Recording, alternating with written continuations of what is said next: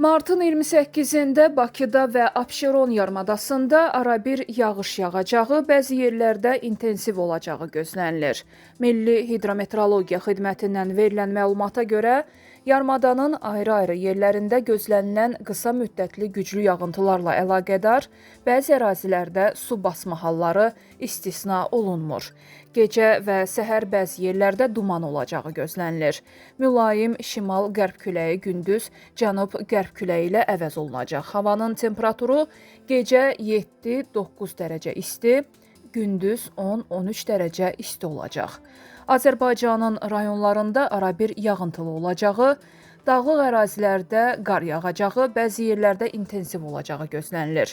Yağıntıların şərq rayonlarında güclü olacağı, ayrı-ayrı yerlərdə şimşək çaxacağı, dolu düşəcəyi ehtimalı var. Gecə və səhər bəzi yerlərdə arabir duman olacaq. Mülayim qərb küləyi bəzi yerlərdə arabir güclənəcək. Havanın temperaturu gecə 5-10 dərəcə isti, gündüz 11-16 dərəcə isti, dağlarda gecə 2-6 dərəcə şaxta, gündüz 0-2 dərəcə şaxta olacaq. Gecə və səhər bəzi dağlıq ərazilərdə yolların buz bağlama ehtimalı var.